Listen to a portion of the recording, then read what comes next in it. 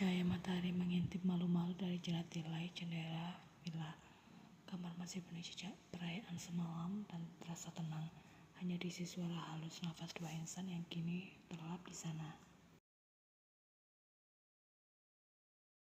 Taeyong terbangun lebih dulu. Ia menoleh dan melihat Yen yang masih tertidur di sampingnya.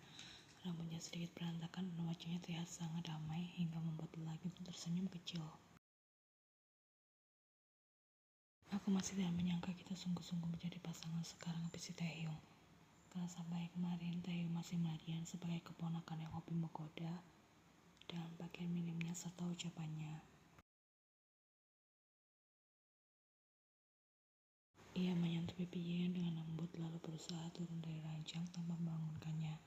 Tapi belum sempat lakinya menyentuh lantai, tangan Yen tiba-tiba menarik lengannya. Acusi mau kabur ya? Tanya Yen masih setengah mengantuk. Taeyong tertawa pelan. Bukan kabur, aku hanya mau membuat sarapan untuk kita berdua. Yen kembali memejamkan kedua matanya. Suamiku idaman sekali, tapi lebih idaman lagi kalau Acusi tetap berada di sini 10 menit lagi. Taeyong tertawa dan naik kembali ke tempat tidur, membiarkan Yen bersandar nyaman di dadanya. Apa Acusi tahu, aku sempat takut tadi malam. Takut semuanya hanya mimpi, ucap Yen. Aku juga, tapi kalau ini mimpi, aku tidak mau terbangun lagi, balas Taeyong. Mereka tertawa kecil bersama. Yen menggambar lingkaran di dada Taeyong dengan ujung jari telunjuknya. Acusi, terima kasih karena sudah berusaha untuk melepas bayang-bayang keponakan cantik dan imut yang selalu Acusi lihat dalam diriku selama ini, gumam Yen. Karena jika tidak begitu, Acusi pasti tak akan bisa melihatku sebagai sosok istri, lanjutnya. Aku yang seharusnya berterima kasih karena kau sudah memilihku. Kau tetap berada di sini, baik itu dulu maupun sekarang, balas Taeyong. Suasana hening sejenak, tapi itu bukan hening yang canggung. Itu hening yang nyaman, seperti dua hati yang sedang berbicara tanpa kata. Lalu Taeyong mencium kening Yen secara refleks. Aku janji setiap pagi saat kau membuka kedua mata, aku akan ada di sampingmu. Kita akan tertawa, bertengkar lucu, pelukan, dan terus jatuh cinta lagi dan lagi. Tapi sepertinya nanti pemandangan bagiku bukan hanya wajah tampan Acusi, melainkan apa juga, balas Yen dengan tawa geli. Kau benar, bisa jadi sikap Sok Jin Hyung malah semakin posesif setelah ini. Taeyong turut tertawa. Pagi ini menjadi awal dari banyak pagi yang mereka nantikan dengan hati penuh cinta, janji sederhana dan kebersamaan yang manis.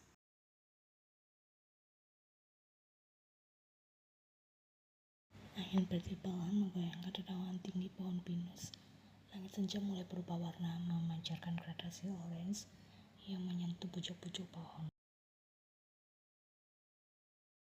Terdapat sebuah minivan dengan pintu terbuka memperlihatkan trailer kecil yang disulap menjadi tempat itu nyaman penuh bantal. Di depan minivan, Taeyong dan Yen duduk berdua di atas tikar hangat berselimut. Satu selimut tebal sambil memanggang marshmallow di atas api unggun kecil. Tubuh Yen yang sedikit menggigil membuat Taeyong tersenyum. Baru kali ini aku melihatmu kedinginan. Ini tengah hutan dan sudah hampir malam. Acusi, tentu saja dingin, balas Yen yang kini mulai menggigit kecil marshmallow bakarnya. Tapi kau suka tempat ini kan? Yen mengangguk. Dimanapun itu, asalkan berdua bersama Acusi, aku akan menyukainya. Taeyong tertawa pelan, kemudian memperbaiki posisi kayu bakar. Setelahnya ia kembali bergabung dengan Yen, merangkul pundak gadis itu untuk berbagi kehangatan. Apa Acusi pernah membayangkan kita akan begini di masa depan? Tanya Yen penasaran. Jujur tidak pernah. Aku selalu menempatkan diriku sebagai pelindungmu ketika Sok Jin Hyung sedang tidak ada.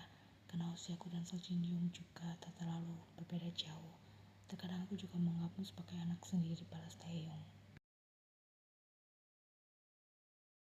Tapi ternyata di masa depan malah jadi suamimu, lanjutnya bergumam. Saat ini aku merasa lebih dari bahagia seperti semua hal yang aku cari dalam hidup.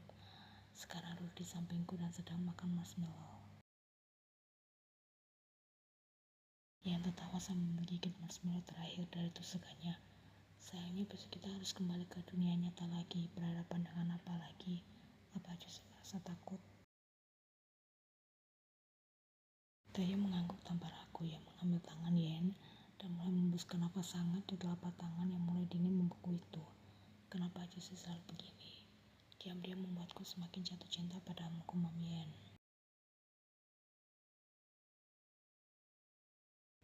Taehyung tersenyum pelan, masih menggenggam tangannya di sana. Karena aku masih belajar menjadi seorang suami yang baik bagimu. Aku tidak pandai berkata, aku mencintaimu setiap waktu. Tapi aku bisa menunjukkannya secara pelan-pelan. Ian balas tersenyum tipis, mengangguk dan menunduk. Wajahnya memerah karena udara dingin, atau mungkin karena hatinya yang menghangat. Hati-hati aja sih, kalau kau terus begini, aku bisa semakin manja. Tidak akan mau jauh-jauh dari mengucap Ian. Memangnya kau pernah tidak bersikap manja, kata Taehyung sambil tertawa mencubit pelan hidung Ian. Ian tertawa kecil lalu tiba-tiba ia berdiri dan melompat duduk di pangkuan Taehyung hingga membuat lelaki itu merasa terkejut. Iena, ini di luar, di hutan, serunya. Lantas kenapa? Ajusi kan suamiku. Tidak ada harimau juga di sekitar sini. Yang ada hanya si kucing garong yang hobi protes saat melihatku memakai baju. Jangan ikut memanggil kucing garong, protes Taehyung. Tapi kucing garong yang satu ini yang paling aku cintai, bisik Yen manja. Mereka duduk berdua lama di pangkuan satu sama lain di bawah cahaya bintang dan nyala api unggun. Udara dingin malam tak bisa mengalahkan kehangatan hati mereka. Saat api unggun mulai meredup dan malam semakin larut, Taehyung menggendong Yen yang sudah tampak mengantuk masuk ke dalam mobil untuk segera pergi beristirahat. Taehyung menatap wajah sang istri dengan senyum penuh rasa syukur, lalu menyelimuti tubuh gadis itu dan berbaring di sampingnya. Tangan mereka saling menggenggam erat.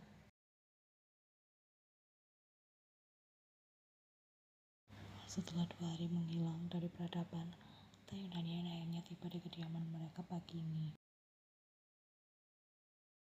Sinar matahari pagi masih malu-malu menembus awan, namun wajah keduanya bersinar seperti pasangan yang baru pulang dari surga kecil mereka sendiri. Taehyung keluar dari mobil terlebih dahulu, melihat sekeliling dengan gaya seperti mata-mata. Ia menoleh ke Yen yang masih duduk di kursi penumpang sambil memeluk tas ranselnya. Coba turun sebelum ada tetangga yang melihat gelagat kita kemudian menjadi curiga. Karena sekarang ini kita sudah mirip seperti sepasang pencuri, ucap Taehyung sambil membuka bagasi itu mengeluarkan koper.